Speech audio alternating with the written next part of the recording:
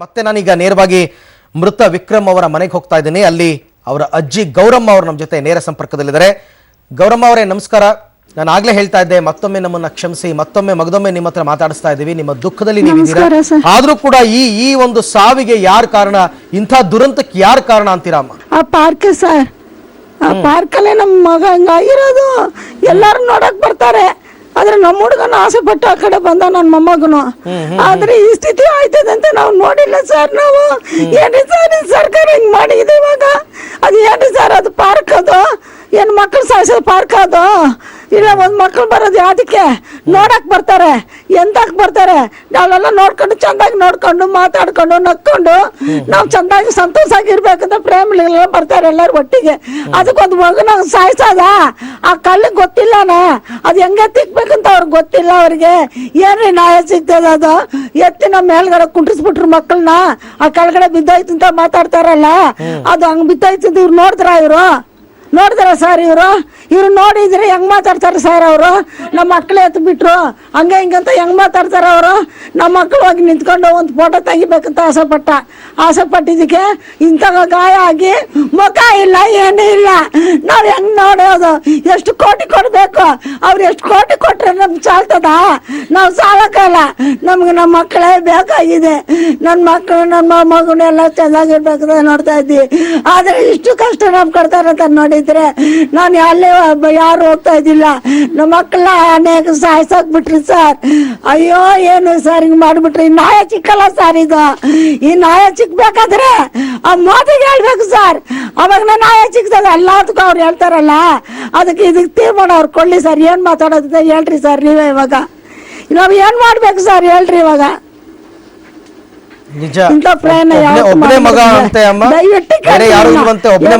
ಮಕ್ಕಳನ್ನ ಬದುಕ್ಸ್ರಿ. ಒಂದು ಎಷ್ಟು ಜನ ಬರ್ತಾರೆ ಹೋಯ್ತಾರೆ, ಅವ್ರಿಗಾದ್ರೂ ಸಹಾಯ ಮಾಡಿ ಅಲ್ರಿ ಸರ್. ಅವ್ರಿಗೆ ಎಷ್ಟು ಗಲಾಟೆ ಮಾಡಿದ್ರೇನು, ಎಷ್ಟು ತಂಟೆ ಮಾಡಿದ್ರೇನು ಇಂಥ ಸರ್ಕಾರ ಇರಬಾರ್ದು, ಇಂಥ ಅನ್ಯಾಯ ಮಾತಾಡಬಾರ್ದು, ಇಂಥ ರೀತಿಯಲ್ಲಿ ಅವ್ರು ಇರಬಾರ್ದು ಸರ್. ಅವರು ತುಂಬಾ ಅನ್ಯಾಯ ಮಾತಾಡ್ತಾರೆ ಸರ್. ಅವರು ಅನ್ಯಾಯ ನಮ್ಮ ಮಕ್ಳು ಎತ್ತು ಮೇಲ್ಗಡೆ ಬಿಟ್ಬಿಟ್ಟು ನಾವು ನಿಜ ಗೌರಮ್ಮ, ದಯವಿಟ್ಟು ನೀವು ನಮ್ಮ ಜೊತೆ ಸಂಪರ್ಕದಲ್ಲಿ ಇರಿ. ಮತ್ತೆ ನಿಮ್ಮನ್ನ ನಾನು ಮಾತನಾಡಿಸ್ತೀನಿ. ಇವಾಗ ನಮ್ಮ ಜೊತೆ ಸ್ಟುಡಿಯೋದಲ್ಲಿ ಮತ್ತೊಬ್ಬರು ಅತಿಥಿ ಜಾಯ್ನ್ ಆಗಿದ್ದಾರೆ. ಮೈಸೂರು ಕಲಾ ಸಂಘದ ಡೈರೆಕ್ಟರ್, ಅಂದ್ರೆ ಅಲ್ಲಿ ಶೋಸ್ಗಳನ್ನ ಆರ್ಗನೈಸ್ ಮಾಡ್ತಾರೆ ಲಾಲ್ಬಾಗ್ಗಳಲ್ಲಿ, ಬನಶಂಕರಪ್ಪ ಅಂತ ಅಂದ್ಬಿಟ್ಟು. ಸರ್, ಕಾರ್ಯಕ್ರಮಕ್ಕೆ ತಮಗೆ ಸ್ವಾಗತ. ಬನಶಂಕರಪ್ಪರೇ, ಏನ್ ಹೇಳ್ತೀರಾ ನಿನ್ನೆ ನಡೆದಂತಹ ದುರ್ಘಟನೆ ಬಗ್ಗೆ? ವಿಕ್ರಮ್ ಸಾವನ್ ಬಗ್ಗೆ ನಮ್ಗೆ ವಿಷಯ ಇವ್ರನ್ನ ನಮ್ಮ ಮನೇಲಿದ್ದಾಗ ಫೋನ್ ಮಾಡಿದ್ರು. ನಿಮಗೆ ಗೊತ್ತೇ ಇರಲಿಲ್ಲ? ನನ್ಗೆ ಗೊತ್ತಿರಲಿಲ್ಲ. ನಮ್ಮ ಮನೇಲಿದ್ದೆ, ಕಾರ್ಯಕ್ರಮ ಇತ್ತು, ನಾವು ಕಾರ್ಯಕ್ರಮದಲ್ಲಿದ್ದೆ. ಇವರು ಫೋನ್ ಮಾಡಿದ್ರು, ಹಿಂಗಾಗಿದೆ ಲಾಲ್ಬಾಗ್ನಲ್ಲಿ, ಜನ ಎಲ್ಲ ಭಾಳ ಸೇರ್ಬಿಟ್ಟಿದ್ದಾರೆ, ಟಿವಿ ಮಾಧ್ಯಮರು ಮತ್ತು ಪತ್ರಿಕಾ ಮಾಧ್ಯಮರೆಲ್ಲ ಸೇರ್ತಿದ್ದಾರೆ, ಮಗು ಉಳಿದಿದೆ, ಇಲ್ಲ ಎತ್ಕೊಂಡು ಹೋಗ್ಬಿಟ್ರು ಇಲ್ಲ ಅಂತ ಅಂದರು. ನಮಗೂ ಭಾಳ ಬೇಜಾರಾಯಿತು. ಏನಾದರೂ ನಾವು ಮೈಸೂರು ಉದ್ಯಾನ ಕಲಾ ಸಂಘದಲ್ಲಿ ನಾನು ಎಲೆಕ್ಟೆಡ್ ಕೌನ್ಸಿಲ್ ಮೆಂಬರ್. ಹೌದು, ಬನಶಂಕರಪ್ಪ ನಮ್ಗೆ ಏನಪ್ಪ ಇನ್ಚಾರ್ಜು ಅಂದರೆ, ನಾವು ಶೋ ಮಾತ್ರ ನಾವು ಇನ್ಚಾರ್ಜ್ ಇರ್ತೀರಾ. ಶೋ ಒಳಗೆ ಏನೇನಾಗು ಆವಾಗ ಏನು ಬೇಕು, ಸೇಫ್ಟಿ, ಸೆಕ್ಯೂರಿಟಿ, ಆಂಬುಲೆನ್ಸ್ ಆಗಲಿ, ಶೋ ನಡೆಯುವಾಗ ಯಾವ ಅಹಿತ ಘಟನೆ ನಡೆದಂಗೆ ನಾವು ನೋಡ್ಕೊಳ್ಳೋದು ನಮ್ಮ ಕರ್ತವ್ಯ. ಈಗ ಇಷ್ಟೆಲ್ಲ ಆದ್ಮೇಲೆ ಕೂಡ ಈ ತರ ಘಟನೆಗಳು ಮತ್ತೆ ಆಗ್ತಾ ಇದೆಯಲ್ಲ ಸರ್? ಈಗ ನಾನು ಕೇಳ್ಪಟ್ಟೆ, ಈ ಹಿಂದೆ ಕೂಡ ನೀವೇ ಖುದ್ದಾಗಿ ಪರಿಹಾರಗಳನ್ನ ಅನೌನ್ಸ್ ಮಾಡಿದ್ರಿ. ಆಕ್ಚುಲ್ ಆಗಿ ಸರ್ಕಾರ ಕೊಡಬೇಕು, ಆಯ್ತಾ? ಈಗ ಈ ಮಗುಗೆ ಏನ್ ಸರ್ ಇವಾಗ ಹೇಗೆ ಏನ್ ಅಂದ್ರೆ, ಆ ಸಾವಿಗೆ ಏನ್ ಕೊಟ್ರು ಕೂಡ ಮಗು ವಾಪಸ್ ಬರಲ್ಲ. ಆ ನೋವನ್ನ ನಾವು ಅಳಿಸಕ್ಕಾಗಲ್ಲ. ಆದ್ರೂ ಒಂದು ಪರಿಹಾರ ಅಂತ ಹೇಳೋದಾದ್ರೆ ಏನ್ ಹೇಳ್ತೀರಾ ಸರ್? ಸರ್, ನಾವು ಹೇಳೋ ಪರಿಹಾರ ಮೊದಲು ತೋಟಗಾರಿಕೆಯವ್ರನ್ನ ಸರ್ಕಾರದಿಂದ ಕೊಡಬೇಕಾಗಿದ್ದು ನೀವು ನಮ್ದು ಒಂದು ಕೌನ್ಸಿಲ್ ಮೆಂಬರ್ ಮೀಟಿಂಗ್ನಲ್ಲಿ ವೈಸ್ ಪ್ರೆಸಿಡೆಂಟು ಮತ್ತು ಲಾಲ್ಬಾಗ್ ಪ್ರೆಸಿಡೆಂಟು ಬರ್ತಾರೆ. ಲಾಲ್ಬಾಗ್ ಈಗ ಎಕ್ಸಿಕ್ಯೂಟಿವ್ ಸೆಕ್ರೆಟರಿ ಚಂದ್ರಶೇಖರ್ ಅಂತ ಇದ್ದಾರೆ, ಅವರು ಬರ್ತಾರೆ. ಜಗದೀಶ್ ಅಂತ ಜಾಯಿಂಟ್ ಡೈರೆಕ್ಟರ್ ಇದ್ದಾರೆ, ಅವರು ಬರ್ತಾರೆ. ಅವ್ರ ಮುಂದೆ ಎಲ್ಲ ಡಿಸ್ಕಷನ್, ನಮ್ಮ ಸಂಘದಿಂದ ಏನು ಕೊಡಬೇಕು ತೀರ್ಮಾನ ಮಾಡಿ. ಇಷ್ಟು ಅಂತ ನಾನು ಹೇಳೋಕ್ಕಾಗಲ್ಲ. ನಮ್ಮ ಪದಾಧಿಗೆಲ್ಲ ಸೇರ್ಬಿಟ್ಟು ಒಂದು ಮಾಡಬೇಕು ಇಂಥ ವಿಷಯಕ್ಕೆ ಅಂತ ನನ್ನ. ಯಾವಾಗ ಅಂತ ಅನ್ಕೊಂಡಿದ್ದೀರಾ ಸರ್? ಇದೆಲ್ಲ ಯಾವಾಗ ಆಗ್ಬೋದು? ಈ ಶೋ ಆಗಬೇಕು. ಈಗ ಶೋಗೆ ಮೀಟಿಂಗ್ ನಡೀತಾ ಇದೆ, ಲಾಲ್ಬಾಗ್ ಶೋ. ಈಗ ಜನವರಿ 26. ನಾವು ಕೆಲವಾರು ಎಂಟ್ರೀಸ್ ಬಂದಿರುತ್ತೆ, HL, HMT, BL, ಪ್ರೈವೇಟ್. ಜನವರಿ 26 ನಂತರ ಇವೆಲ್ಲ ಆಗುತ್ತೆ? ಅದು ಕ್ಲೋಸ್ ಡೇ, ಲಾಸ್ಟ್. ಅದು 26 ಲಾಸ್ಟ್. ಅಲ್ಲ, ನಾನು ಹೇಳ್ತಾ ಇರೋದು ಈಗ ಶೋ ನಡೀತಾ ಇದೆ, 26 ತನಕ ನಡೆಯುತ್ತೆ ಅಲ್ವಾ? ಈಗ ನೀವು ಮೀಟಿಂಗ್ ಎಲ್ಲ ಕೂತು ಪರಿಹಾರ ಘೋಷಣೆ ಮಾಡೋದು ಜನವರಿ 26 ನಂತರ. ಅದ್ರ ಮುಂದೆ ಆಗಲ್ಲ. ಅದರೊಳಗೆ ನೀವು ಸರ್ಕಾರದಿಂದ ಏನು ಪಡಿಬೇಕು ಪಡಿಬಹುದು. ನಾವು ಅವ್ರಿಗೆ ಪ್ರೆಸ್ ಮಾಡಿ ಹೇಳ್ತೀವಿ. ಖಂಡಿತ ಅಲ್ಲ, ಅದು ನಾವು ಕೂಡ ಬಲವಂತ ಮಾಡ್ತೀವಿ, ನಾವು ಒತ್ತಾಯ ಮಾಡ್ತೀವಿ ಅದಕ್ಕೆ ಸಂಬಂಧಪಟ್ಟಂಗೆ. ಮತ್ತೆ ನಾನೀಗ ವಿಕ್ರಮ್ ಅವರ ಅಜ್ಜಿ ಗೌರಮ್ಮ ಅವ್ರನ್ನ ಮಾತಾಡಿಸ್ತೀನಿ. ಗೌರಮ್ಮ ಅವರೇ, ಅಂದ್ರೆ ನಾನು ಆಗ್ಲೇ ಹೇಳಿದಂತೆ ಮಗು ಅಕಾಲಿಕವಾಗಿ ಸತ್ತಿರೋದೇ ಒಂದು ಅನ್ಯಾಯ. ಆ ಸಾವಿಗೆ ನ್ಯಾಯ ಕೊಡ್ಸಕ್ ಯಾರ ಕೈಲೂ ಆಗಲ್ಲ ಬಿಡಿ, ಮತ್ತೆ ಆ ಮಗುನು ವಾಪಸ್ ಬರಲ್ಲ. ಆದ್ರೂ ಕೂಡ ನಡೆದಿರುವ ದುರ್ಘಟನೆಗೆ ಒಂದು ಸಂಘದ ವತಿಯಿಂದ ಇವಾಗ ಪರಿಹಾರ ಅಂತ ಕೊಡ್ತಾ ಇದ್ದಾರೆ. ನಿಮ್ಮ ಹೋರಾಟ, ಈಗಾಗಲೇ ಪೊಲೀಸ್ ಕಂಪ್ಲೇಂಟ್ ಕೂಡ ಕೊಟ್ಟಿದ್ದೀರಂತೆ, ಇಂಥ ಘಟನೆಗಳು ನಡಿಬಾರ್ದು ಅಂತ. ಏನ್ ಹೇಳ್ತೀರಾ ಈಗ ಮುಂದಿನ ಹೋರಾಟದ ಬಗ್ಗೆ ತಾವು? ಎತ್ತಿ ಮೇಲ್ಗಡೆ ಕುಂಟ್ರಿಸಿದೀವಿ, ನೀವು ಅದು ಕುಂಟ್ರಿಸಿದ್ರಿಂದ ಕೆಳಗಡೆ ಬಿದ್ದೋಯ್ತು, ಅದರಿಂದ ಅನೇ ನಡೀತು ಅಂತ ಅವ್ರು ಹೇಳ್ತಾರೆ. ಇವ್ರು ನಮ್ಮ ಮಕ್ಕಳೆಲ್ಲ ಓದೋರಲ್ಲ, ಪಕ್ಕದಲ್ಲಿ ಇದ್ದವರಲ್ಲ. ಅವನು ಕೈ ಇಕ್ಕಿದ್ದಾನೆ ಸರ್ ಅಷ್ಟೇ, ಅವನು ಯಾವ ತಂಟನೂ ಮಾಡಲ್ಲ ಮನೇಲಿ. ಅವನು ಅಂತ ಜೂಟ್ ಮಕ್ಕಳು ಅಷ್ಟು ಬುದ್ಧಿಶಾಲಿ. ಅವನ ಹತ್ರ ಅಂತ ಕಳ್ಸಲ್ಲ ಇರಲ್ಲ. ಕೈ ಇಕ್ಕೊಂಡು ಒಂದ್ ಫೋಟೋ ತಕೊಂತೀನಿ ಪ್ಲೀಸ್, ಒಂದ್ ಫೋಟೋ ತಗೋ ಅಂತ ಅವ್ರ ಅಕ್ಕನಿಗೆ ಹೇಳಿದ್ದಾನೆ. ಅವ್ರ ಅಕ್ಕ ಫೋಟೋ ತೆಗಿಯಕ ಈಗ ತಿರ್ಗಿ ನೋಡಕ್ಕೆಲ್ಲ ಹೋಗ್ಬಿಡ್ತು ಸರ್, ಬಿದ್ದೋಗ್ಬಿಟ್ಟೈತೆ. ಅದ್ ಹೆಂಗ್ ಬಿತ್ತು ಸರ್ ಅದು? ಅಚ್ಚ ದಂಡ ಪಾರ ಅದ್ ಹೆಂಗ್ ಕೆಳಗಡೆ ಹೆಂಗ್ ಬಿತ್ತು? ಅದು ಬಿತ್ತಿದ ಕಾರಣ ಹೇಳ್ರಿ, ಆಗ ಹೆಂಗ್ ಬಿತ್ತು ಅದು? ಎಷ್ಟು ಮಕ್ಳು ಸಾಯ್ತಿರ್ಬೇಕು, ಅವ್ರಂತೂ ಅನಾಸ ಆಗ್ಬಿಟ್ಬಿಟ್ಟು ಹೋಗಿದಾರಲ್ಲ. ಎತ್ತಿರ ಸಹಾಯ ಮಾಡಬೇಡ್ದ, ಸಹಾಯ ಬಂದು ಕೊಡ್ಬೇಡ್ದ. ಅವರು ಅಷ್ಟು ಹೋಯ್ತಾ ಇದಾರೆ ಅಂತ, ಅವ್ರು ಸಿದ್ನೆಲ್ಲದು ಹೋಯ್ತಾನೆ ಇದ್ದಾರಂತೆ. ಅವಾಗ ಮಕ್ಕಳ ಗತಿ ಏನಾಗೋದು? ನನ್ನ ಮಗನು ಹೋದಂಗೆ ಎಷ್ಟು ಜನ ಹೋಗಿರ್ಬೇಕು ಅವಾಗಲ್ಲಿ. ಅವ್ರು ಅಷ್ಟು ಇಷ್ಟಾಗ ಹೋಗಿದಾರಲ್ಲ. ನನ್ನ ಮಗನು ಹೋದಂಗೆ ಎಷ್ಟು ಮಕ್ಕಳು ಕಲ್ತ್ಕೊಂಡಿರ್ಬೇಕಾಗಿತ್ತು ಸರ್, ನೀವೇ ಹೇಳ್ರಿ. ಮುಖನೇ ಇಲ್ಲ ಅಂತೆ ಸರ್. ನಾವು ಮುಖ ನೋಡಿದ್ರೆ ಏನಾದ್ರು ಅಷ್ಟು ಸಂತೋಷ ಪಡ್ದು ಎತ್ತಾಕ್ಬೋದು, ಮುಖ ಇಲ್ಲ ಅಂತೆ ಸರ್. ಇಷ್ಟು ಮುಖ ಇಲ್ಲ ಅಂದ್ರೆ ನಾನು ಹೆಂಗ ಎತ್ತಾಕೋದು? ನಾವ್ ಹೆಂಗ ದುಡಿಯೋದು? ನಾವು ದುಡ್ದಲ್ಲ ಓದಿಸ್ತಾ ಇದ್ದೀವಿ ಸರ್, ಕಷ್ಟಪಟ್ಟು ಓದಿಸ್ತೀವಿ ಸರ್. ನಾವೇನೋ ಆ ಕೆಲಸ ಈ ಕೆಲಸ ಮಾಡಿದ್ವಿ, ಏನು ಮನೆ ಕೆಲಸ ಮಾಡ್ಕೊಂಡು ಏನೋ ಅವರಪ್ಪ ಅಷ್ಟು ದುಡ್ಕೊಂಡು ಬಂದು ಕೊಟ್ಕೊಂಡು ನಾವು ಮಾಡ್ತಾ ಇದ್ವಿ ಸರ್ ಸಂಸಾರ. ಇದು ಅನೇಯ ಸರ್, ಇದು ಅನೇಯ. ಇದು ನ್ಯಾಯ ದೊರಕಲ್ಲ ನಮ್ಗೆ, ನ್ಯಾಯ ಬರಲ್ಲ ನಮ್ಗೆ ನ್ಯಾಯನೇ ಬರಲ್ಲ. ನನ್ನ ಮಗು ನನ್ ಕ್ಯಾನ್ಸರ್ ಕಾಯಿಲ್ಲ, ಹೋಗಿ ಟೀ ತಂದು ಕೊಡೋನು, ಬಿಸ್ಕಟ್ ತಂದು ಕೊಡೋನು. ಅಜ್ಜಿ ನಿನ್ಗೆ ಏನಾಯ್ತದ ಕೇಳೋನಲ್ಲ, ಇವಾಗ ನನಗೆ ತಗೊಂಡು ಬಂದು ಕೊಡೋರು ಯಾರು ಸರ್ ಹೇಳ್ರಿ ಸರ್? ನೀವೇ ಬೆಳಿಗ್ಗೆ ಆದ್ರೆ ಎದ್ದು ಓಡೋನು ಸರ್. ನನಗೆ ಟೀ ತಂದು ಕೊಟ್ಬಿಟ್ಟು ಅಜ್ಜಿ ಕುಡ್ಕೋ ಅಜ್ಜಿ ಅಂತ ಹೇಳೋನಲ್ಲಪ್ಪ. ಇನ್ ನ್ಯಾಯ ಎಲ್ಲಿ ಸಿಗ್ತದಪ್ಪ ನನಗೆ? ಅಂಗಡಿಯಲ್ಲಿ ಚಿಕ್ಕದಿರನ್ನು ತಗೋಬೋದಲ್ಲಪ್ಪ, ಅಂಗಡಿಯಲ್ಲಿ ಚಿಕ್ಕಲ್ಲಪ್ಪ, ಅಂಗಡಿಯಲ್ಲಿ ಚಿಕ್ಕಲ್ಲಪ್ಪ. ಇದು ನಮ್ಮ ಹೊಟ್ಟೆ ನೆನೆಯಿಂದ ಉರಿತಾ ಇದೆ. ನನ್ನ ಮಗಳೆಲ್ಲ ಅಳೋದು ನೋಡಿ ನನ್ನಿಂದ ತಾಳಕ್ಕಾಗಿಲ್ಲ. ನಮ್ಮ ಹುಡುಗ ಅಳೋದು ನೋಡ್ಕೊಂಡು ತಾಳಕ್ಕಾಗಿಲ್ಲ. ನಾನು ಹಿಂಗ್ ಬಿಟ್ಬಿಟ್ಟು ಹೋಗ್ಬಿಟ್ನಲ್ಲಪ್ಪ ನನ್ನ ಮೊಮ್ಮಗನು. ಅಯ್ಯೋ ಎಂತ ದೇವ್ರು ಇಲ್ಲಪ್ಪ, ನನ್ನ ನ್ಯಾಯ ಕೊಡ್ಸ್ರಪ್ಪ. ನಾನು ಯಾರಿಗ ಅಂತ ಅನ್ಯಾಯ ಮಾಡ್ಬೇಡ್ರಪ್ಪ, ಕೈ ಮುಗಿದು ಕೇಳ್ತೀನಿ ನಿಮ್ನ. ನಾ ಯಾರಿಗಂತ ಅನ್ಯಾಯ ಆಗ್ಬೇಡ್ದು, ಯಾವ ಮಕ್ಕಳು ಸಾಯ್ಬೇಡ್ದಪ್ಪ, ಯಾವ ಮಕ್ಕಳು ಸಾಯ್ಬೇಡ್ದು. ನನ್ನ ಮಗನ ನೀವು ಸಮಾಧಾನ ಮಾಡ್ಕೊಳ್ಳಿ, ಆ ನೋವನ್ನ ಭರಿಸೋ ಶಕ್ತಿ ದೇವರು ನಿಮ್ಗೆ ಕೊಡ್ಲಿ ಅಂತ ಅಷ್ಟೇ ಈ ಸಂದರ್ಭದಲ್ಲಿ ನಾನು ಹೇಳೋದಕ್ಕೆ ಸಾಧ್ಯ. ಹೇಳ್ರಿ ಸರ್, ಇವಾಗ ನನ್ನ ಮೊನ್ಮಗನ ಹೋದಂಗ್ ಮಾಡ್ಬೇಡ್ರಿ ಸರ್. ನನ್ನ ಮಗನ ನೋಡಿ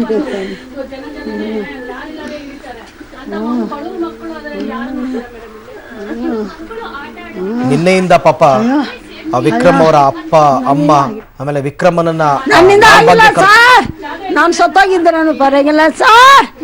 ನನ್ನ ಮಕ್ಕಳು ಹೋಗ್ಬಿಟ್ನಲ್ಲಪ್ಪ, ನನ್ನ ಮಕ್ಕಳನ್ನ ಹೋದ್ನಲ್ಲಪ್ಪ.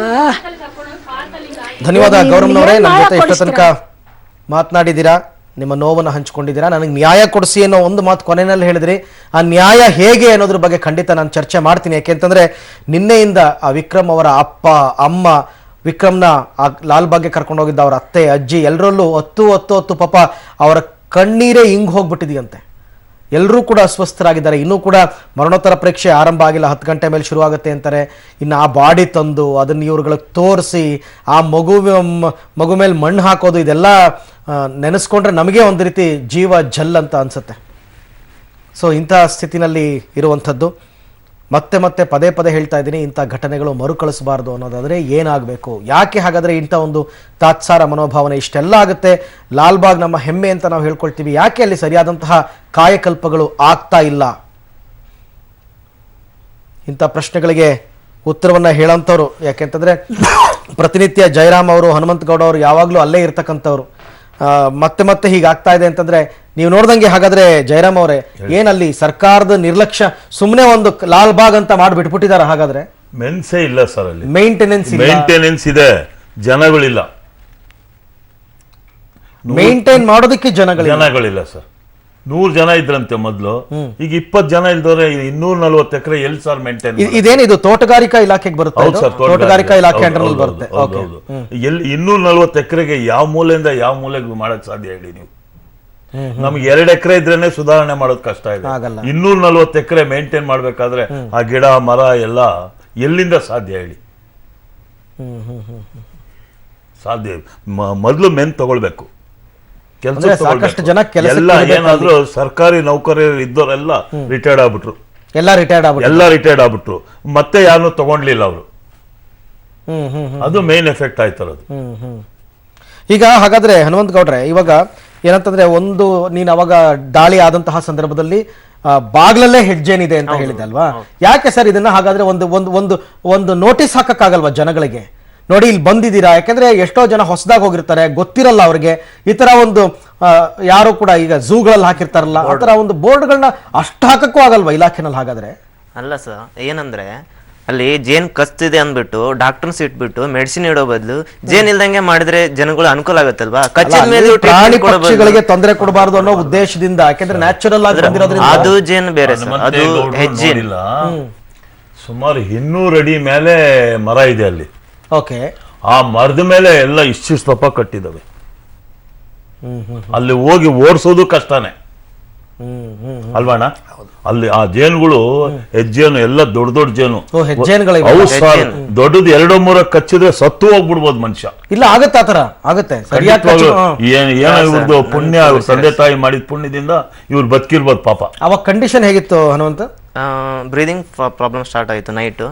ಡಾಕ್ಟ್ರು 24 hours ಏನು ಹೇಳಕ್ಕಾಗಲ್ಲ ಅಂತ ಹೇಳಿದ್ರು. ಬಟ್ ನನಗೂ ಅಷ್ಟು ಇರಲಿಲ್ಲ, ನಂಬಿಕೆ ಇರಲಿಲ್ಲ. ಕಾನ್ಸಿಯಸ್ ಇತ್ತು ಅಂದ್ರೆ ಹಾಸ್ಪಿಟ್ಲ್ ಹೋಗೋರು ಇರಲಿಲ್ಲ. ಹಾಸ್ಪಿಟ್ಲ್ ಹೋಗಿ 10 ಗಂಟೆಗೆ ಕಾನ್ಸಿಯಸ್ ಬಂದಿರೋದು. 10 ಗಂಟೆಗೆ ನಾನು ಫಸ್ಟ್ ಟೈಮ್ ಜೇನ್ ಕಟ್ಟಿದ ತಕ್ಷಣ ಎಲ್ಲರೂ ಕೇಳ್ಕೊಂಡೆ, ಯಾರು ಮಾಡಲಿಲ್ಲ, ಪೊಲೀಸ್ ಕೇಳ್ಕೊಂಡೆ, ಅವರು ರಿಯಾಕ್ಷನ್ ಮಾಡಿಲ್ಲ. ಮೊದಲು ಮೀಡಿಯಾ ಫೋನ್. ಅಲ್ಲ, ಅಲ್ಲಿದ್ದವರು ಸಿಬ್ಬಂದಿಗಳು ಅಂದ್ರೆ ಈಗ ಲಾಲ್ಬಾಗ್ ಸಿಬ್ಬಂದಿಗಳು ಯಾರು ಇರ್ಲಿಲ್ವಾ ಅಲ್ಲಿ? ಲಾಲ್ಬಾಗ್ ಸಿಬ್ಬಂದಿ ಅಂದ್ರೆ ಸೆಕ್ಯೂರಿಟಿ ಗಾರ್ಡ್ ಅಂದ್ರೆ ಪೊಲೀಸೇ ಸಿಬ್ಬಂದಿ. ಅವತ್ತು ಶೋ ಇತ್ತಲ್ವಾ, ಅವತ್ತು ಪೊಲೀಸ್ ಹಾಕಿದ್ರು. ಅಲ್ಲಿ 4 ಜನ ಪೊಲೀಸ್ ಇದ್ರು. ಅವ್ರು ಆರಾಮಾಗಿ ಕೂತ್ಕೊಳ್ಳಿ. ಈಗ August 15th ಅಲ್ಲ, August 15th ಅಂದ್ರೆ ಸಿಕ್ಕಾಪಟ್ಟೆ ಜನ ಇದ್ರು. ಎಲ್ಲ ಯಾರು ಹೆಲ್ಪ್ ಮಾಡ್ಲಿಲ್ಲ. ಆ ಹುಡುಗ, ಆ ಅಜ್ಜಿ ಅಷ್ಟೇ ಬಿಟ್ರೆ ಯಾರು ಹೆಲ್ಪ್ ಮಾಡಿಲ್ಲ. ನಾನು ಮೀಡಿಯಾಗೆ ಫೋನ್ ಮಾಡಿದೆ, ನಾವು 108ಗೂ ಮಾಡಿಲ್ಲ. ಅವರೇ ಆಂಬುಲೆನ್ಸ್ ಕಳಿಸ್ಕೊಟ್ರು, ಮೀಡಿಯಾದವರೇ ಖಾಸಗಿ ಚಾನಲ್ ಅವ್ರು ಕಳಿಸ್ಕೊಟ್ರು. ಆಂಬುಲೆನ್ಸ್ ಬಂದ ತಕ್ಷಣ ಅವರು near by south city hospital ಇದೆ, ಅಲ್ಲಿ ಕರ್ಕೊಂಡು ಹೋದೆ. ಹಾಸ್ಪಿಟಲ್ ಅಲ್ಲಿ ಚೆನ್ನಾಗಿ ಟ್ರೀಟ್ ಮಾಡಿದ್ರು. ಹೋಗಿದ್ದು ಪ್ರಜ್ಞೆ ತಪ್ಪೋಗಿತ್ತಾ? ಹಾಸ್ಪಿಟಲ್ ಹೋಗಿದ್ದಷ್ಟೇ ನೆನಪಿರೋದು. ಆಮೇಲೆ ICU ಅಲ್ಲಿ 10 ಗಂಟೆಗೆ ಎಚ್ಚರ ಆಯ್ತು ರಾತ್ರಿ. ಅವಾಗ ನನ್ನ ಫ್ರೆಂಡ್ ನನ್ನ ಜೊತೆಗೆ ಬಂದಿದ್ರು, ಅವರು ಶಿವ್ ಅಂತಂದು. ಅವ್ರಿಗೆ ಸ್ವಲ್ಪ ಪ್ರಜ್ಞೆ ಇತ್ತು, ಅವ್ರಿಗೆ ಸ್ವಲ್ಪ ಕಚ್ಚಿರೋದು. ನನಗೆ ಒಂದು 35 ಹಾಸ್ಪಿಟಲ್ ಟ್ರೀಟ್ಮೆಂಟ್ ಖರ್ಚು ಗಿಚ್ಚು ಅದೆಲ್ಲ ಯಾರು ನೋಡ್ಕೊಂಡ್ರು? ಇಮಿಡಿಯೇಟ್ ಆಗಿ ಅಡ್ಮಿಟ್ ಮಾಡ್ಕೊಂಡ್ರು ಅವರು? ಇಮಿಡಿಯೇಟ್ ಆಗಿ ಅಡ್ಮಿಟ್ ಮಾಡ್ಕೊಂಡ್ರು. ಬಟ್ ನಾವು ಅಡ್ವಾನ್ಸ್ ಅಂತ ನಾವು ಪೇ ಮಾಡಿದ್ರಿ. ಆಮೇಲೆ ರಿಫಂಡ್ ಮಾಡಿದ್ರು ಅವರು ಸರ್. ಇವರೇ ಡೈರೆಕ್ಟ್ ಆಗಿ ಹೋಗಿ ಮಾಡಿಸಿದ್ರು. ಆಗ್ಬೇಕು ಅದು ಖಂಡಿತವಾಗಿ. ನನಗೆ ಪರಿಹಾರ ಈಗ ಬನಶಂಕರಪ್ಪನಂತವ್ರು, ಜಯರಾಮ್ ಅಂತವ್ರು ಇರ್ತಾರೆ, ಪರಿಹಾರ ಕೊಡಿಸೋದಕ್ಕೆ ಪ್ರಯತ್ನ ಪಡ್ತಾರೆ. ನನ್ನ ಪ್ರಶ್ನೆ ಅದಲ್ಲ, ಪರಿಹಾರ ಕೊಡುವ ಸ್ಥಿತಿನೇ ನಿರ್ಮಾಣ ಆಗಬಾರ್ದು. ಮತ್ತೆ ಈಗ ಸರ್ಕಾರ ಇವತ್ತು ಸಿದ್ದರಾಮಯ್ಯನವರು ನಾನು ಆ ವಿಕ್ರಮ್ ಮನೆಗೆ 5 ಲಕ್ಷ ಕೊಡ್ತೀನಿ ಅನ್ಬಿಡ್ತಾರೆ. ಎಲ್ಲ ಸರಿ ಹೋಗ್ಬಿಡ್ತಂಗಾದ್ರೆ ಆ ತಂದೆ ತಾಯಿ ದುಃಖ ಹೊಟ್ಟೋಗುತ್ತಾ? 5 ಲಕ್ಷ ಬಂತು ಅಂತ ಅಂದ್ಬಿಟ್ಟು ಮಗನ ಸಾವಿನ ನೋವನ್ನ ಮರ್ತು ಬಿಡ್ತಾರಾ? ಆಗಲ್ಲ ಅಲ್ವಾ? ಖಂಡಿತ ಆಗೋದಿಲ್ಲ. ಆಮೇಲೆ ಇದೆಲ್ಲವೂ ಕೂಡ ರಾಷ್ಟ್ರೀಯ ಸುದ್ದಿವಾಹಿನಿಗಳಲ್ಲಿ ಸುದ್ದಿ ಆದಾಗ ನಮ್ಮ ರಾಜ್ಯಕ್ಕೆ ಅವಮಾನ. ಇದು ರಾಜ್ಯಕ್ಕೆ, ಲಾಲ್ಬಾಗ್ಗೆ ಕೆಟ್ಟ ಹೆಸರು, ಒಳ್ಳೆ ಹೆಸರು, ಅದನ್ನ ಯಾರು ಅರ್ಥ ಮಾಡ್ಕೋತಾ ಇಲ್ಲ. ನೋಡೋಣ ತೋಟಗಾರಿಕಾ ಇಲಾಖೆ ಇದಕ್ಕೇನಾದ್ರೂ ಕ್ರಮ ತಗೊಳುತ್ತಾ. ಮತ್ತೊಮ್ಮೆ ನಾವೀಗ ಮೃತ ವಿಕ್ರಮ್ ಅವರ ಮನೆಗೆ ಹೋಗೋಣ. ಅಲ್ಲಿ ಮಗುವಿನ ದೊಡ್ಡಮ್ಮ ಪೌಂಗಡಿ ಅಂತ ಅಂದ್ಬಿಟ್ಟು ನಮ್ಮ ಜೊತೆ ಸಂಪರ್ಕದಲ್ಲಿದ್ದಾರೆ. ಅಮ್ಮ ನಮಸ್ಕಾರ. ಒಬ್ಬೊಬ್ರು ಒಂದೊಂದು ರೀತಿಯಲ್ಲಿ ಹೇಳ್ತಾ ಇದ್ದಾರೆ ಮಗುವಿನ ಸಾವಿಗೆ ಯಾರ ಕಾರಣ, ಏನು ಈ ತರ ಅನ್ಯಾಯಗಳಾಗ್ತಾ ಇದೆ ಅಂತ. ಅಮ್ಮ ತಾವೇನ್ ಹೇಳ್ತೀರಾ ಅಮ್ಮ?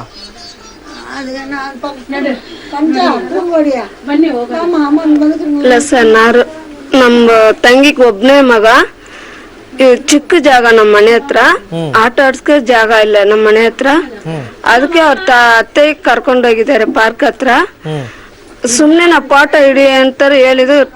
ದೊಡ್ಡ ಕಲ್ ಮೇಲೆ ಸುಮ್ನೆ ಕಲ್ ಮುಟ್ಟಾಗಿದೆ, ಟಚ್ ಮಾಡಿದ್ರು ಅಷ್ಟೇ ಅವರು.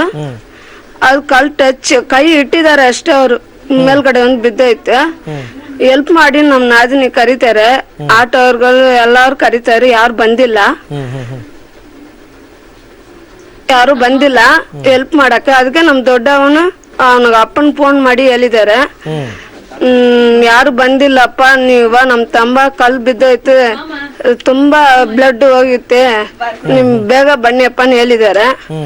ಅವರು ಹೋಗಿದ ಅವ್ರ ಅಪ್ಪ ಹಾಸ್ಪಿಟ್ಲ್ಗೆ ಯಾರೋ ಒಬ್ರು ಹೆಲ್ಪ್ ಮಾಡಿದ್ದಾರೆ. ಹೆಲ್ಪ್ ಮಾಡಿದ್ದಾರೆ, ಅವ್ರೊಬ್ರು ಮಾತ್ರ ಬಂದು ಹೆಲ್ಪ್ ಮಾಡಿದ್ದಾರೆ ಅಷ್ಟೇ. ವಾಚ್ಮನ್ ಹತ್ರ ಯಾರು ಎಲ್ಲ ಇದ್ದಿದ್ದಾರೆ. ಆಗ್ತಾ ಇದೆ ಏನಂತಂದ್ರೆ, ಆ ಮಗುವನ್ನ ತಗೊಂಡೋಗಿ ಆ ಕಲ್ ಮೇಲೆ ಕೂರಿಸಿದ್ದಾರೆ, ಆ ಕಲ್ಲು ಕೆಳಗಡೆ ಬಿದ್ದಿದೆ ಅಂತ ತಮ್ಮ ತಪ್ಪನ್ನ ಮುಚ್ಚಾಕೊಳ್ಳೋದಕ್ಕೆ ಹೇಳ್ತಾ ಇದ್ದಾರೆ ಜನ.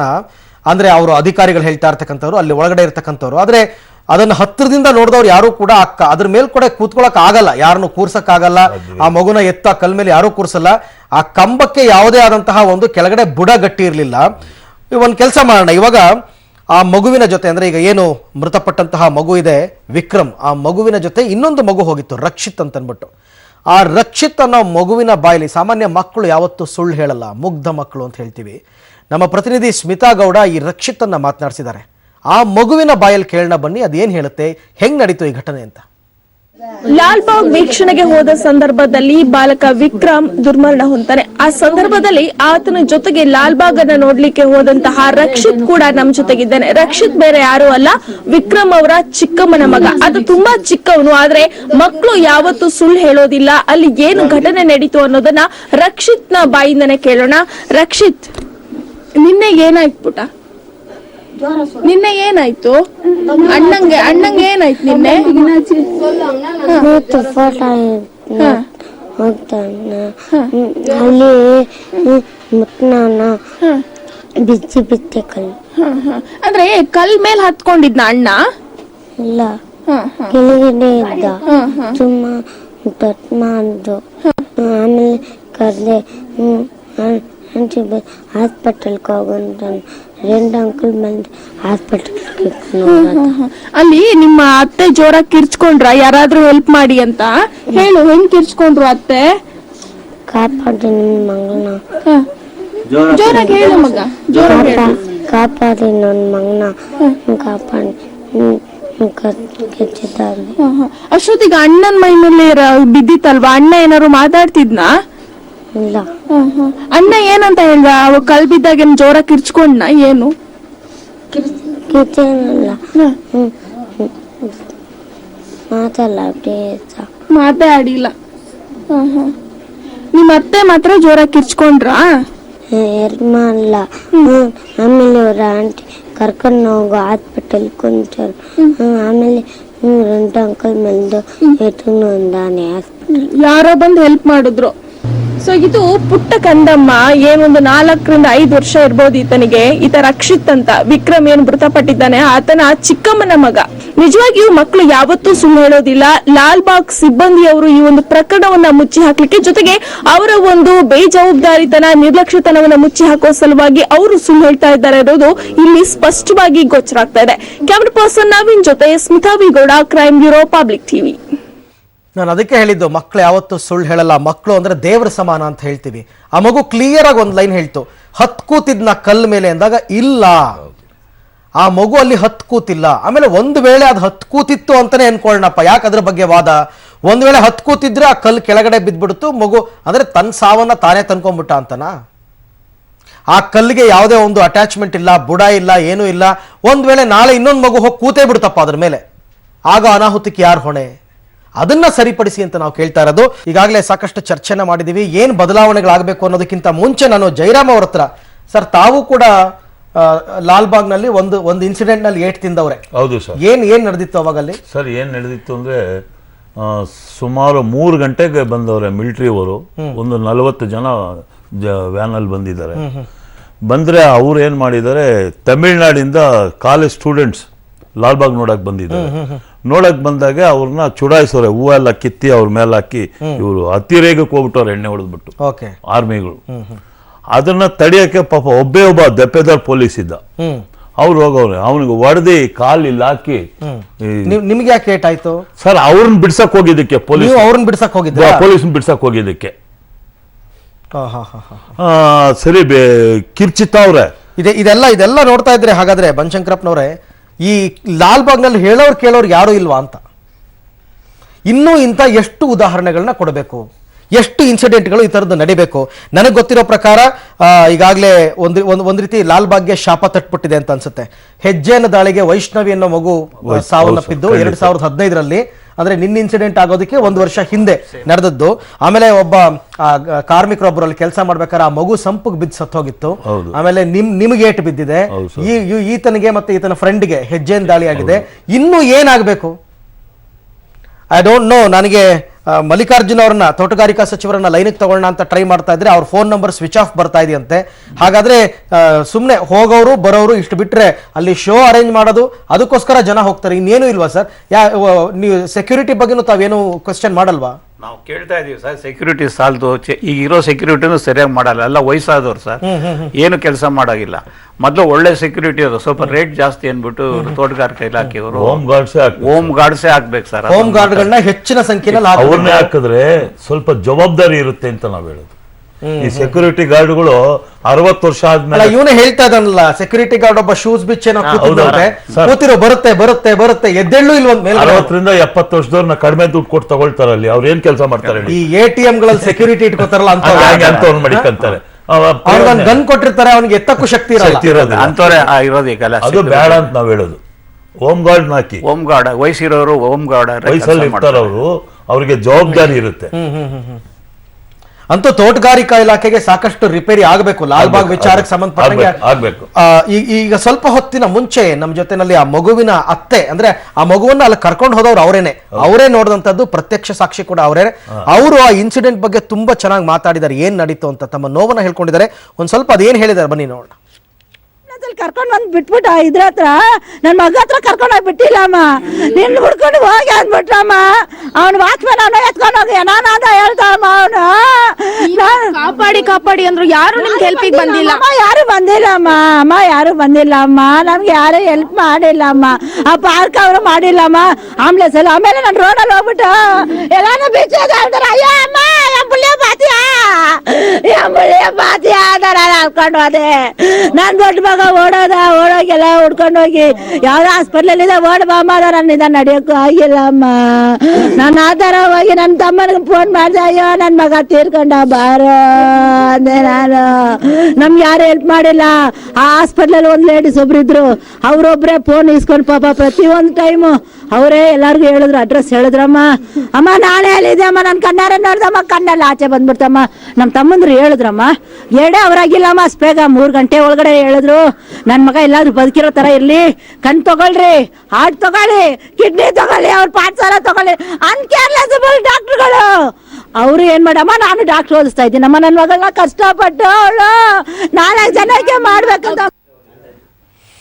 ಸೊ ಇವರು ಮಗುವನ್ನ ಕರ್ಕೊಂಡು ಹೋದಾಗ ಅವ್ರು ಹೇಳ್ತಾ ಇದ್ದಾರೆ, ಆ ಕಲ್ಲು ಬಿದ್ದಿದ ತಕ್ಷಣ ಒಂದ್ ರೀತಿ ಆ ಮಗುಗೆ ಇನ್ನೇನು ಗೊತ್ತಾಗ್ಲೇ ಇಲ್ಲ. ಆಲ್ ಆಫ್ ಅ ಸಡನ್ ಆ ಕಲ್ಲು ಬಿದ್ದಿದ್ದೇ ಬಂದಿಲ್ಲ, ಏನು ಬಂದಿಲ್ಲ, ಕಿಮಕ್ ಅಂದಿಲ್ಲ ಅಂತಾರಲ್ಲ, ಆ ತರ ಆಗ್ಬಿಟ್ಟಿದೆ. ಸೊ ಹಾಗಾದ್ರೆ ಹನುಮಂತ ಗೌಡ, ಈಗ ಸಾಕಷ್ಟು ಬಾರಿ ವಿಸಿಟ್ ಮಾಡ್ತಾ ಇರ್ತೀರಾ ಲಾಲ್ ಬಾಗ್ಗೆ ಅಲ್ವಾ? ಏನ್ ಆಗ್ಬೇಕು ಅನ್ಸುತ್ತೆ ಇವಾಗ? ಏನ್ ಬದಲಾವಣೆ ತರಬೇಕು? ಬದಲಾವಣೆ ಅಂದ್ರೆ ಸರ್, ಇವಾಗ ಏನು ಅಧಿಕಾರಿಗಳೇನು ಅದಾರಲ್ವಾ, ಅವರ ಬೇಜವಾಬ್ದಾರಿಯಿಂದನೇ ಇಷ್ಟೆಲ್ಲ ಆಗಿದೆ. ಯಾಕಂದ್ರೆ ಫಸ್ಟ್ 2015ರಲ್ಲಿ ವೈಷ್ಣವಿ ಹಂಗಾಯ್ತಲ್ಲ, ಇನ್ಸಿಡೆಂಟ್ ಆಯ್ತಲ್ಲ, ಅದಾದ್ಮೇಲೆ ಅವ್ರಿಗೆ ಶಿಕ್ಷೆ ಆಗ್ಬೇಕಿತ್ತು. ಅವ್ರ ಶಿಕ್ಷೆ ಏನಾಗಿಲ್ಲ, ಅದು ಅವ್ರಿಗೆ ಈಸಿ ಆಗೋಯ್ತು. ಒಂದಿನ ಟಿವಿಯಲ್ಲಿ ಬರುತ್ತೆ, 2 ದಿನಕ್ಕೆ ಬರೋದಿಲ್ಲ, 3ನೇ ದಿನಕ್ಕೆ ಮರ್ತ್ ಬಿಡ್ತಾರೆ. ಅದಾದ್ಮೇಲೆ 1 ಇಯರ್ ಆದ್ರೂ ಯಾವುದೇ ಕ್ರಮ ಕೈಗೊಳ್ಳಿಲ್ಲ. Next year ನನ್ಗಾಯ್ತು. ಅದು ನನ್ಗಾಗಿಂತ ಮುಂಚೆ 2 ಗಂಟೆಗೆ ಆದಾಗ ಒಂದು ಅನೌನ್ಸ್ಮೆಂಟ್ ಮಾಡ್ಬೋದಾಗಿತ್ತು. ನಮ್ಗೂ ಅದೇನು ಗೊತ್ತಿರಲಿಲ್ಲ, ಹೋದ್ವಿ, ನಮ್ಗಾಯ್ತು. ನಮಗೆ ಆದ್ಮೇಲೆ ಅಲ್ಲ, ಏನು ಇವಾಗಾದ್ರೂ ಮಾಡ್ಬೋದಿತ್ತಲ್ವಾ? ಅದು ನೋಡೋಕೆ ಕಾಣುತ್ತೆ, ಅದು ಬುನಾದಿನೇ ಇಲ್ಲ ಅದರಲ್ಲಿ, ಹಂಗೆ ನಿಲ್ಸಿದಾರೆ ಕಂಬ. ಅದಕ್ಕೆ ಮತ್ತೆ ಇನ್ನೊಂದು ರಾಂಗ್ ಸ್ಟೇಟ್ಮೆಂಟ್ ಕೊಡೋದು, ಈ ತರ ಆತರ ಆಗ್ತಿದೆ. ಇನ್ನು ತುಂಬಾ ಇದೆ ಅಲ್ಲಿ. ನೀವು ಐ ಥಿಂಕ್ ಜಯರಾಮ್ ಅವ್ರು ಬಹಳ ಕೇರ್ಫುಲ್ ಆಗಿರ್ಬೇಕು. ವಾಕರ್ಸ್ ಅಸೋಸಿಯೇಷನ್ ಅವ್ರು, ನೀವು ಅಲ್ಲೇ ಓಡಾಡ್ತಿರ್ತೀರಾ, ಮಾಡ್ತಿರ್ತೀರಾ. ನಿಮ್ಮ ಅಸೋಸಿಯೇಷನ್ ಮೆಂಬರ್ಗಳಿಗೂ ಕೂಡ ನೀವು ಜಾಗೃತಿ ಮೂಡಿಸ್ಬೇಕಾಗ, ಹುಷಾರಾಗಿರಪ್ಪ. ಸರ್, ಖಂಡಿತ ಹೇಳ್ತಾ ಇರ್ತೀರಿ. ಅಂದ್ರೆ ಜನ ಎಲ್ಲವನ್ನ ಮರೆತು ಒಂದು ಗಂಟೆ 2 ಗಂಟೆ ವಾಕಿಂಗ್ ಮಾಡ್ಕೊಂಡು ಬರೋಣ ಅಂತಂದ್ರು. ಆಮೇಲೆ ಅದೇನೋ ಹೇಳಿದ್ರಿ, ಅಲ್ಲಿ ಪಕ್ಕದಲ್ಲೇನೋ ಒಂದು ಶವಾಗಾರ ಇದೆ ಸರ್. ಅದಂತೂ ನಿಜವಾಗ್ಲೂ ನರಕ ಯಾತನೆ ಆಗ್ಬಿಟ್ಟಿದೆ ಸರ್. ಅಲ್ಲಿ ವಾಕ್ ಮಾಡೋರಿಗೆ ಮಾತ್ರ ಅದ್ರ ಅನುಭವ ಆಗಿರ್ಬೇಕು. ಹೆಂಗೆ ಅಂದ್ರೆ ಆ ಸ್ಮೆಲ್ ನಮ್ಮ ಕೈಲಿ ನೋಡಿ. ಇನ್ನೊಂದು ಹೇಳ್ತೀನಿ, ಮನುಷ್ಯ ಬಹಳ ಪವಿತ್ರವಾದವನು ಅಂತ ಹೇಳ್ತಾರೆ. ನಾನು ಹೇಳ್ತೀನಿ, ಮನುಷ್ಯ ಸೇಡ್ ಹೆಂಗೆ ಅಂದ್ರೆ ನಾವು ಸತ್ತೋದ್ರೂ ಸೇಡ್ ತೀರ್ಸ್ಕೊಳಕ್ಕೆ ಆ ವಾಸನೆ ತೊಡ್ಕೊಳಕ್ ಆಗ್ತಲ್ಲ ಸರ್. ನಮ್ಗೆ ಪಕ್ಕದಲ್ಲೇ ಶವಾಗಾರ ಇದೆ, ಶವಾಗಾರ ಇದೆ. ಸುಡೋವಾಗೆ ಗಾಳಿ ಬಂತು ಅಂದ್ರೆ ಯಾವುದೇ ಕಾರಣಕ್ಕೆ ಯಾರು ವಾಕ್ ಮಾಡಕ್ ಸಾಧ್ಯವೇ ಇಲ್ಲ ಸರ್. ಯಾವುದೇ ಕಾರಣಕ್ಕೂ ವಾಕ್ ಮಾಡಕ್ ಸಾಧ್ಯ ಇಲ್ಲ. ನೋಡಿ ಮೊನ್ನೆ ಮೇಯರ್ ಇದಕ್ಕೆಲ್ಲ ಅರ್ಜಿ ಕೊಟ್ಟಿದ್ದೀರಾ? ಕೊಟ್ಟಿದ್ದೀವಿ, ಫೋಟೋ ಅವರೇ ಇಡಿಸಿದ್ದಾರೆ. ತಡ್ಕೊಳಕ್ಕಾಗಲ್ಲ. ನಾನು ಹೋಗಿ ಕ್ಯಾನ್ಸರ್ ಆಸ್ಪತ್ರೆಯಲ್ಲಿ ಕೇಳಿದೆ, ಆ ಗಾಳಿಯಿಂದ ಕ್ಯಾನ್ಸರ್ ಬರ್ಬೋದು, ಅಂದ್ರೆ ಈ ಶವ ಸುಡೋ ವಾಸನೆಯಿಂದ ಕ್ಷಯನೂ ಬರ್ಬೋದು ಅಥವಾ ಆಸ್ಮಾನೂ ಬರ್ಬೋದು ಅಂತ ಹೇಳ್ತಾರೆ. ಇರ್ಲಿ, ಇದನ್ನೆಲ್ಲಾನು ಕೂಡ ತೋಟಗಾರಿಕಾ ಇಲಾಖೆ ಮತ್ತೆ SS ಮಲ್ಲಿಕಾರ್ಜುನ್ ಅವರು ಯುವ ನೇತಾರರು ಅಂತ ಹೇಳ್ತಾರೆ, ಅವ್ರ ಗಮನಕ್ಕೆ ತರುವಂತ ಪ್ರಯತ್ನ ಮಾಡ್ತೀನಿ. ಸೊ ಥ್ಯಾಂಕ್ ಯು ಬನಶಂಕರಪ್ಪನವರೇ, ನಮ್ಮ ಜೊತೆ ಜಾಯ್ನ್ ಆಗಿದ್ದಕ್ಕೆ ಧನ್ಯವಾದ. ಥ್ಯಾಂಕ್ ಯು ಜಯರಾಮ್ ಅವರೇ, ತಮಗೂ ಧನ್ಯವಾದ. Thank you Hanumanthagowda. ಇಲ್ಲಿ ಆ ಮಗುವಿನ ಸಾವಿಗೆ ನ್ಯಾಯ ಕೊಡಿಸಿ ಅಂತಂದ್ರೆ ಆ ಪದಕ್ಕೆ ಅರ್ಥ ಇಲ್ಲ ಅಂತ ಅನ್ಸುತ್ತೆ ನನಗೆ. ಯಾಕೆ ಅಂತಂದ್ರೆ ಅದು ಅನ್ಯಾಯದ ಸಾವಾಗಿದೆ. ಆದರೂ ಕೂಡ ಇಂಥ ಘಟನೆಗಳು ಮರುಕಳಿಸಬಾರದು. ತತ್ಕ್ಷಣ ತೋಟಗಾರಿಕಾ ಇಲಾಖೆಯವರು ಸರ್ಕಾರದ ವತಿಯಿಂದ ಪರಿಹಾರ ಘೋಷಣೆ ಆಗಬೇಕು. ಮತ್ತಿನ್ಯಾವ ಸಾವುಗಳು ಕೂಡ ಆಗಬಾರ್ದು. ಅಲ್ಲಿ ಆಗಬೇಕಾಗಿರೋ ಕಾಯಕಲ್ಪಗಳು, ಸಾಕಷ್ಟು ಜನರನ್ನ ನೇಮಿಸ್ಕೊಳ್ಬೇಕು, ಹೋಮ್ ಗಾರ್ಡ್ಗಳು ಬೇಕು. ಅವೆಲ್ಲ ಮಾಡಿದಾಗ ಮಾತ್ರ, ಯಾಕೆಂತಂದ್ರೆ ಲಾಲ್ಬಾಗ್ ಅಂದ್ರೆ ನಮ್ಮೆಲ್ಲರ ಹೆಮ್ಮೆ, ಕಬ್ಬನ್ ಪಾರ್ಕ್ ಅಂದ್ರೆ ನಮ್ಮೆಲ್ಲರ ಹೆಮ್ಮೆ. ಇನ್ನು ಲಾಲ್ಬಾಗ್ಗೆ ನಾವು ಯಾರು ಹೋಗಲೇಬಾರ್ದು, ಹೆದರ್ಕೊಂಡು ಹೋಗಬೇಕಾದ ಸ್ಥಿತಿ ನಿರ್ಮಾಣ ಆಗೋದು ಬೇಡ. ಹಾಗೇನೆ ಲಾಲ್ಬಾಗ್ ಇನ್ಯಾವತ್ತೂ ಕೂಡ ಇಂಥ ದುರಂತಗಳಿಗೆ ಸಾಕ್ಷಿ ಆಗದಿರಲಿ ಅನ್ನುವ ಹಾರೈಕೆಯೊಂದಿಗೆ ಇವತ್ತಿನ ಜಿಂದಗಿ ಕಾರ್ಯಕ್ರಮವನ್ನು ಮುಗಿಸ್ತಾ ಇದ್ದೀನಿ. ನೆನಪಿರಲಿ, ನ್ಯೂಸ್ ಅಂದ್ರೆ ಪಬ್ಲಿಕ್ ಟಿವಿ.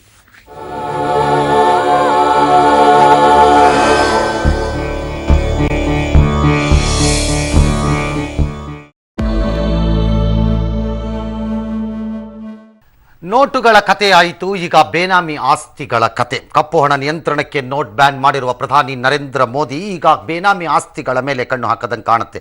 ರಿಯಲ್ ಎಸ್ಟೇಟ್ ಮೂಲಕ ತೆರಿಗೆ ವಂಚಿಸಿ ಬೇನಾಮಿ ಆಸ್ತಿ ಮಾಡಿರುವವರ ಮೇಲೆ ಕ್ರಮ ಕೈಗೊಳ್ಳುವುದಾಗಿ ನಿನ್ನೆಯಷ್ಟೇ ಮನ್ ಕಿ ಬಾತ್ನಲ್ಲಿ ಪ್ರಧಾನಿ ಹೇಳಿದ್ದರು. ಇನ್ನು ಮುಂದೆ ಬೇನಾಮಿ ಆಸ್ತಿ ಅಂದರೆ disproportionate to known sources of income ಅಂತಂದರೆ ಬಲ್ಲ ಮೂಲಗಳಿಂದ ಬರುವ ಆದಾಯಕ್ಕಿಂತ ಹೆಚ್ಚಿನ ಆಸ್ತಿಯನ್ನು ಸಂಪಾದಿಸಿರುವುದು ಅನ್ನೋ